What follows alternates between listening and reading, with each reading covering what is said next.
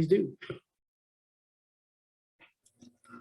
Good morning, everybody. I apologize if you hear the lawnmower in the background. We have some lawn maintenance going on in the background, so excuse me if you for the noise.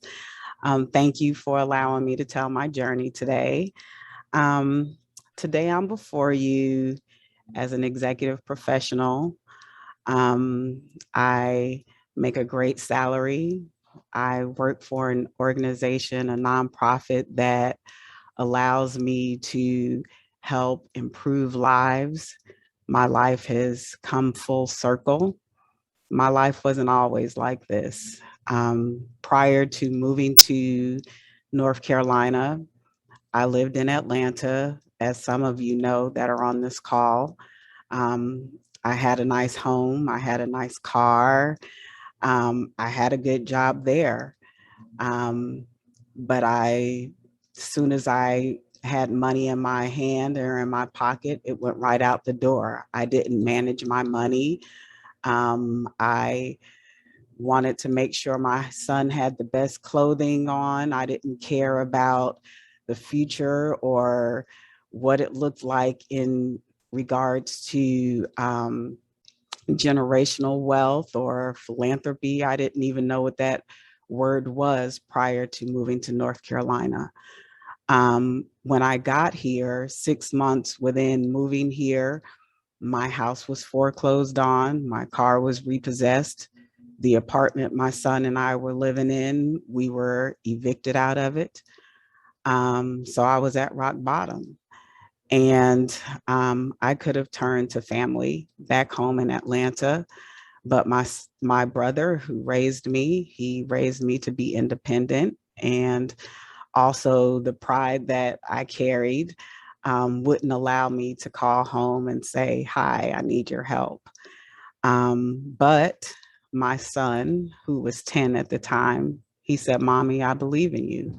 And I know that you'll see us through this." And because of him, his name is Ryan, um, he gave me a different perspective about life, a different perspective about finances, a different perspective to just move forward with life and change what outlook I had about money, change my outlook on everything, and making sure that his future was secure, make sure that the mistakes that I was making, he didn't make those same mistakes. So I began to change things. And one of my friends who had a friend gave me a chance and allowed me to move into a 1-bedroom apartment or condo that he had. And Ryan and I stayed in that condo for 5 years, and that was the best thing that ever could have happened to us. And I erased $50,000 worth of debt staying in that 1-bedroom condo. And it took 6 years, but I'm debt free.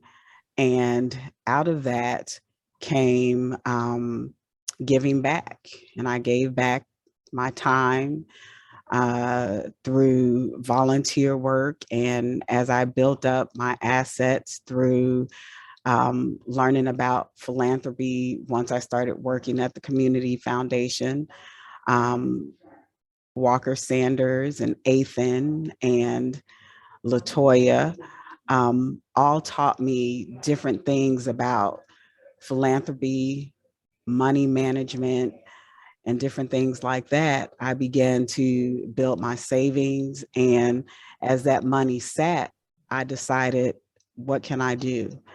And I worked at the Community Foundation during the time Big was being birthed.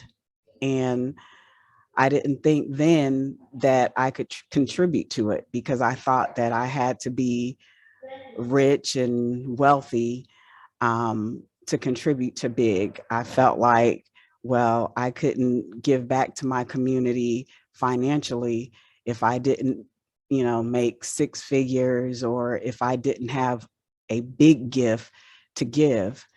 And after I moved on from the Community Foundation and started working at Goodwill, where I am now. And my mentor and my leader now, Chris Gorham, he instilled a lot in me, and we talk a lot. And out of many of the conversations that him and I have had, it led me to believe that I can do anything I wanted to do. And out of that, I decided to give my money. And I went to lunch with Athan, and him and I just randomly were talking, and I asked him about Big. And it just went from there. And I told him I wanted to donate and give. And he said that I could do that. And I didn't know how much I wanted to give, but I went back and looked at my finances and decided how much I could give, and the rest was history. But to sum it all up, I wanted to be able to make maximum impact with what I had. And the reason that I am big is so that I can inspire those who look like me, that they too can be big. I am big so that I can pay it forward. I am big so that I can invoke change in my community and in the people that I serve. I am big so that I can invoke thought-provoking conversations.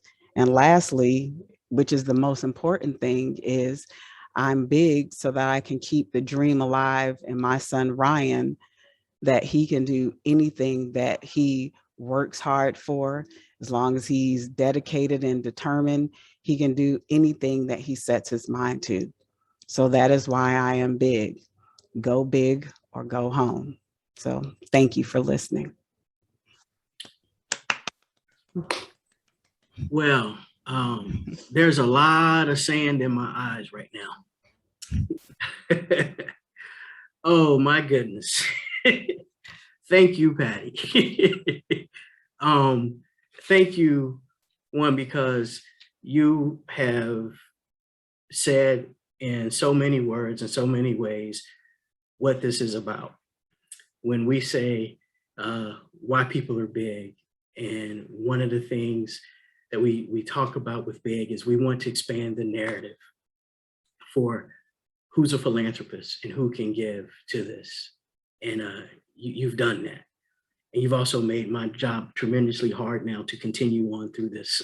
But one of the essence about Big Equity is we're not afraid to say we do this because of love. And I love you. And as Dr. Hank would say, it's about big love. So big love to you, and thank you. Thank you.